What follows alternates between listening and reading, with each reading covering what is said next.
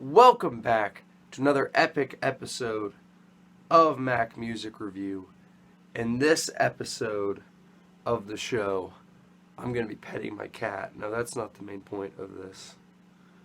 But today we're asking the age-old question, is The Queen is Dead a 5-star album? The Queen is Dead is an absolutely legendary album by the Smiths. You could say it's their most legendary album.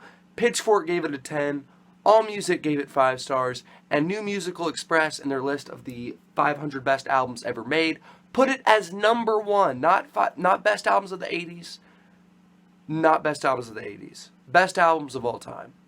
Put it at number 1. Does this album live up to the hype? That is what we're going to be diving into today.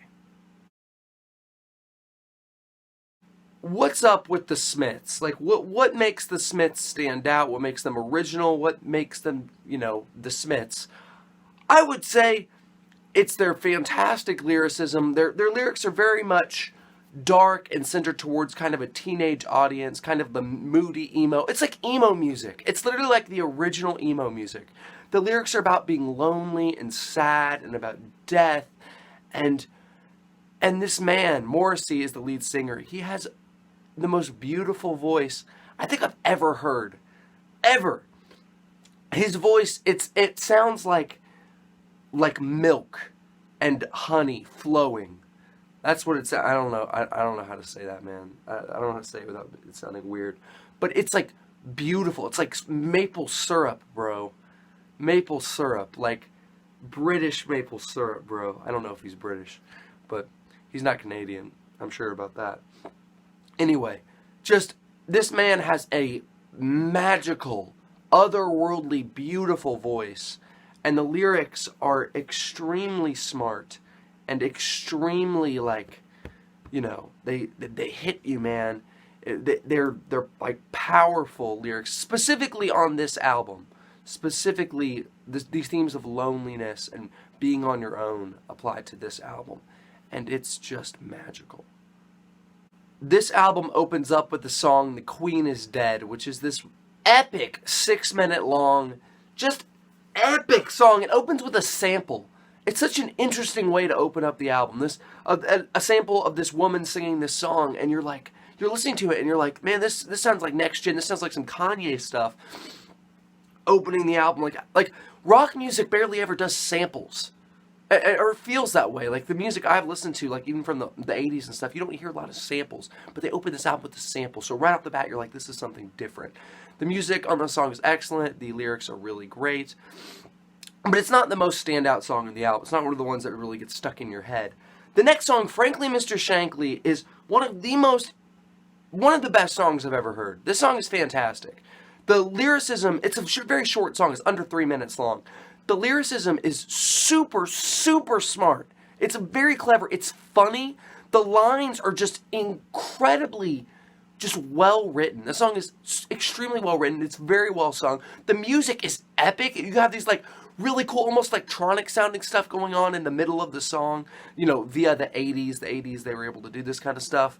And it makes me so glad it came out in the 80s because it's like, this sounds epic, like right in the middle of the song. And like, the lyricism is it's multi-layered. There's a lot going on. It's extremely clever and just really a fantastic song.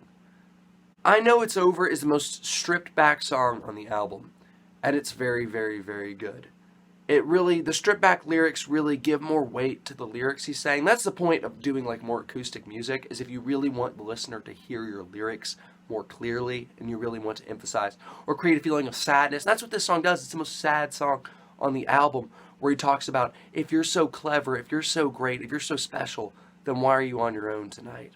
Why are you alone if you're this great? Like, if you think you're that great. And it's just, ooh, it gets you, man. It hits you.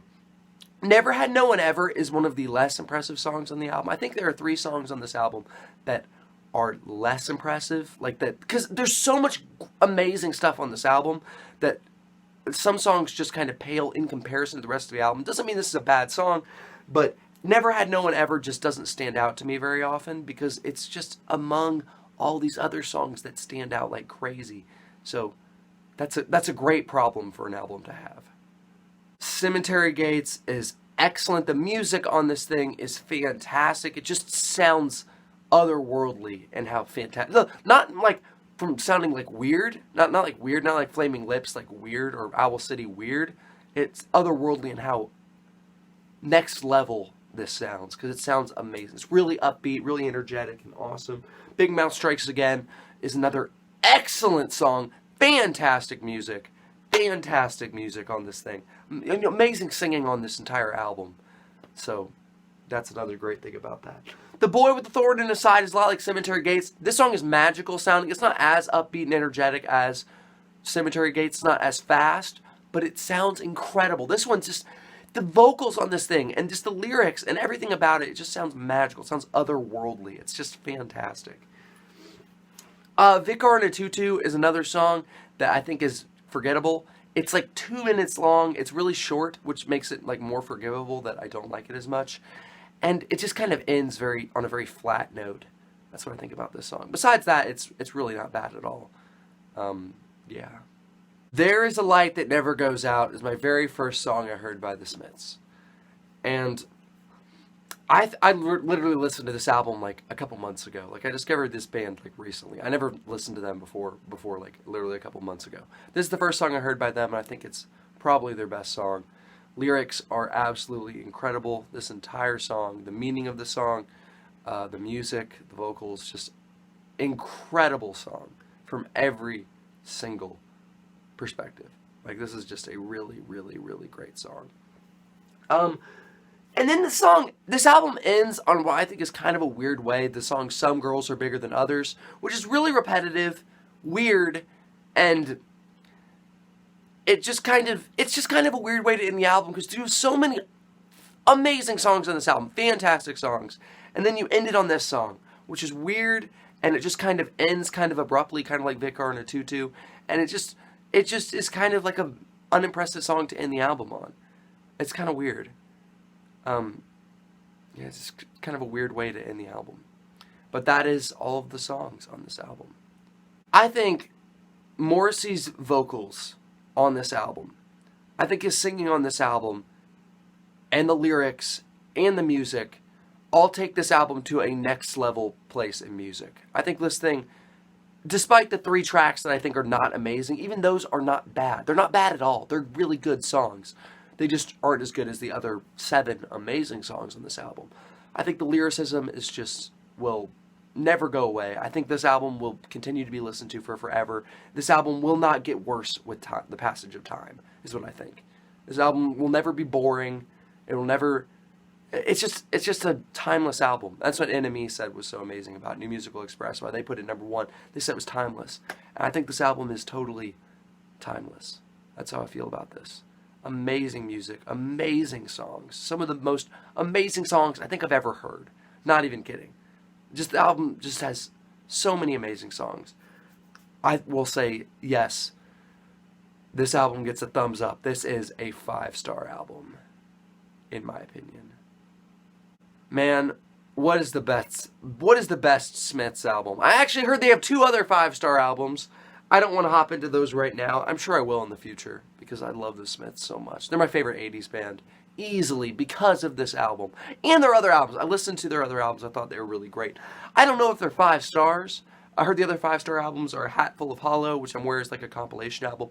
Still could review it. I've reviewed a compilation on my channel. Not on my channel, but I've reviewed a compilation album before. And then there's the Smiths self-titled album. So I might get to those in the future. I don't know how far future, maybe soon, because I love these guys.